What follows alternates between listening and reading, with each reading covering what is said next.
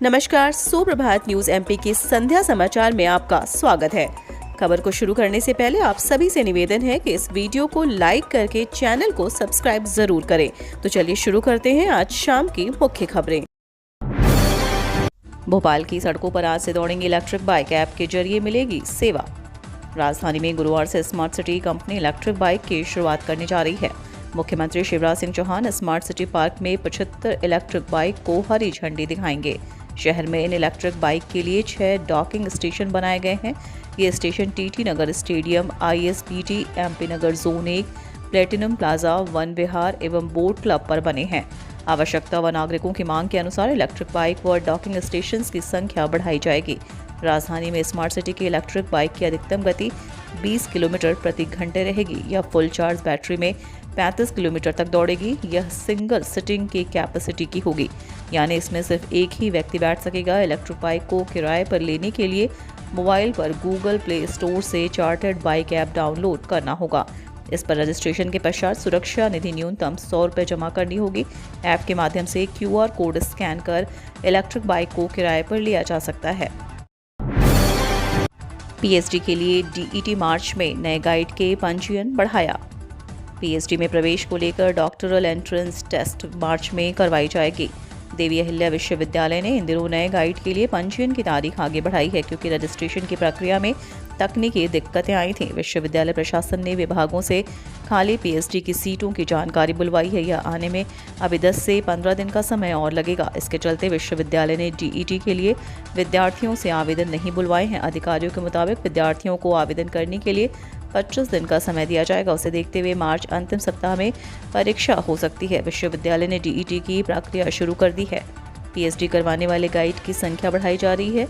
इसके तहत सीटों में वृद्धि होगी। सूत्रों के मुताबिक करीब 700 से 800 सीटों के लिए परीक्षा होगी। 7.5 लाख कर्मचारियों के लिए अच्छी खबर। महंगाई भत्ते में 4% की वृद्धि, आदेश जारी। इसी सप्ताह होगा बढ़े हुए DA का भुगतान। प्रदेश के कर्मचारियों के लिए अच्छी खबर है। दरअसल उनके महंगाई भत्ते में 4% वृद्धि की घोषणा कर दी गई है। इसके आदेश भी जारी कर दिए गए। आदेश जारी करने के साथ ही अब इसी सप्ताह कर्मचारी अधिकारियों को बढ़े हुए महंगाई भत्ते का भुगतान किया जाएगा। वित्त विभाग ने सभी विभागों के देयक कोषालय में लगाने के निर्देश दिए हैं। मध्य प्रदेश के 7.5 लाख से अधिक अधिकारी कर्मचारियों के लिए 4% महंगाई भत्ते में वृद्धि की गई है। हालांकि उन्हें इस वृद्धि का लाभ उठाने के लिए मार्च के महीने की प्रतीक्षा नहीं करनी होगी। जल्द ही उन्हें इसका भुगतान किया जाएगा। वित्त विभाग द्वारा सभी विभागों को निर्देश दिए गए हैं, जिसमें कहा गया है कि कोषालय देयक में बढ़े हुए भत्तों का देयक लगाए जाए।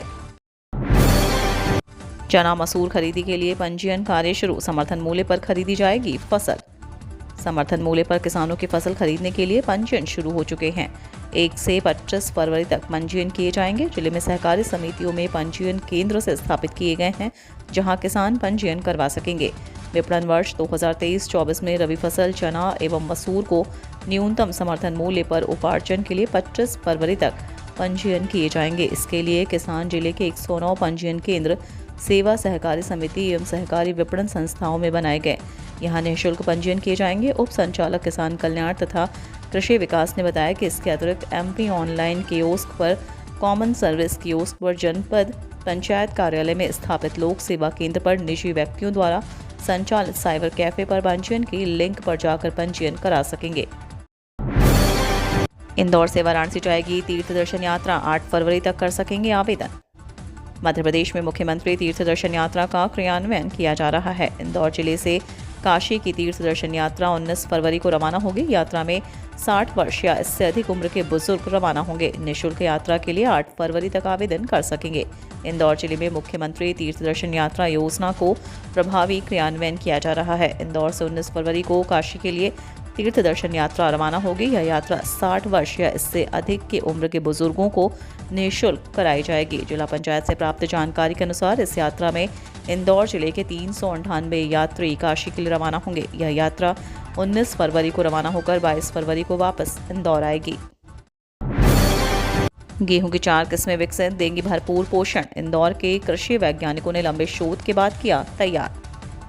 इंदौर में कृषि वैज्ञानिकों ने गेहूं की एक साथ 4 नई किस्में विकसित की हैं, जो पैदावार में अव्वल रहने के साथ ही पोषण से भी भरपूर होंगे। इनका नाम पूसा ओजस्वी, पूसा हर्षा, पूसा पौष्टिक और पूसा कीर्ति है। लंबे शोध के बाद इन किस्मों को मध्य भारत क्षेत्र के लिए तैयार किया गया है। पूसा पौष्टिक प्रायद्वीपीय क्षेत्र के लिए भी उपयोगी होगी, जो जल्द ही गेहूं उत्पादक राज्यों के खेतों में लहलहाते दिखेंगे। भारतीय कृषि अनुसंधान संस्थान के इंदौर स्थित क्षेत्रीय गेहूं अनुसंधान केंद्र में गेहूं की 4 प्रजातियों को विकसित किया गया है। इसमें पूसा ओजस्वी व पूसा हर्षा शरबती और पूसा पौष्टिक व पूसा कीर्ति कठिया की किस्में हैं।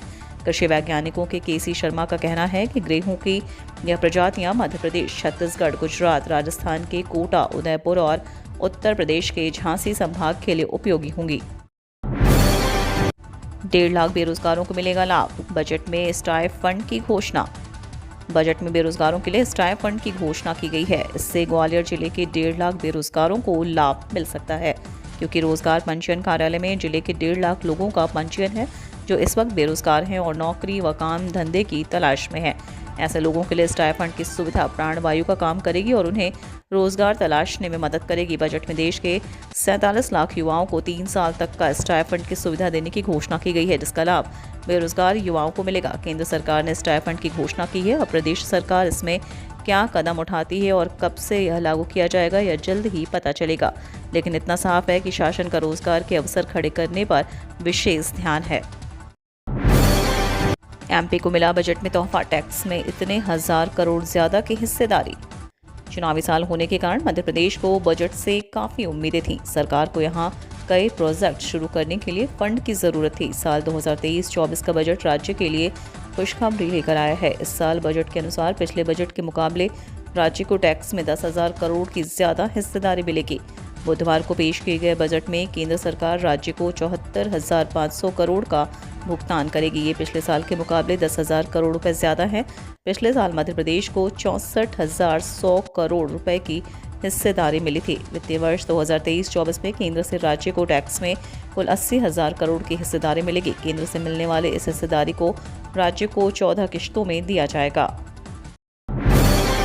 इंदौर पुलिस की पहल अब फैलेगी विदेशों में। मॉरिशस में खुलेगा मूक बधिर हेल्पलाइन सेंटर। इंदौर पुलिस का मूक बधिर हेल्पलाइन नवाचार मॉरिशस में भी प्रारंभ होगा। इसकी तैयारी चल रही है। पिछले दिनों इंदौर में प्रवासी भारतीय दिवस में विदेशी प्रतिनिधियों ने इस हेल्पलाइन सेंटर का भ्रमण भी किया, जिसे सराहा गया और मॉरिशस में इसे प्रारंभ करने की बात भी कही गई। बुधवार को मंत्रालय में मुख्यमंत्री शिवराज सिंह चौहान के समक्ष कलेक्टर, कमिश्नर, एसपीआईजी कॉन्फ्रेंस में इंदौर पुलिस की मूक बधिर हेल्पलाइन नवाचार का डीसीपी रजत सकलेचा ने प्रेजेंटेशन दिया और उक्त जानकारी भी दी। नवाचार में अब तक 117 शिकायतें मिली हैं। इनका निराकरण भी किया गया है। देश में अपनी तरह की प्रथम मूक बधिर हेल्पलाइन में संपर्क कर मूक बधिर व्यक्तियों को पुलिस द्वारा आवश्यक सहायता दी जा रही है। जगतगुरु रामभद्राचार्य ने दिया शिवराज को दोबारा सीएम बनने का आशीर्वाद। राजनीति और धर्म वर्तमान समय में एक ही सिक्के के 2 पहलू बन चुके हैं। कभी राजनीति धर्म का हाथ पकड़कर आगे बढ़ती है तो कभी धर्म राजनीति का। हालांकि भारत की धर्मनिरपेक्षता इस बात का हमेशा ध्यान रखती है कि दोनों के बीच की लकीर हमेशा बरकरार रहे। इस धर्मनिरपेक्षता का एक और बेहतरीन उदाहरण हमें देखने को मिलता है राज्य के मुख्यमंत्री शिवराज सिंह चौहान के भीतर। वह कभी अजमेर की दरगाह पर प्रदेश की भलाई के लिए चादर चढ़ाते हैं तो कभी संत समागमों में संतों का आशीर्वाद लेते हैं। इस बार मुख्यमंत्री शिवराज अपनी धर्मपत्नी के साथ जगतगुरु रामभद्राचार्य महाराज का आशीर्वाद लेने पहुंचे।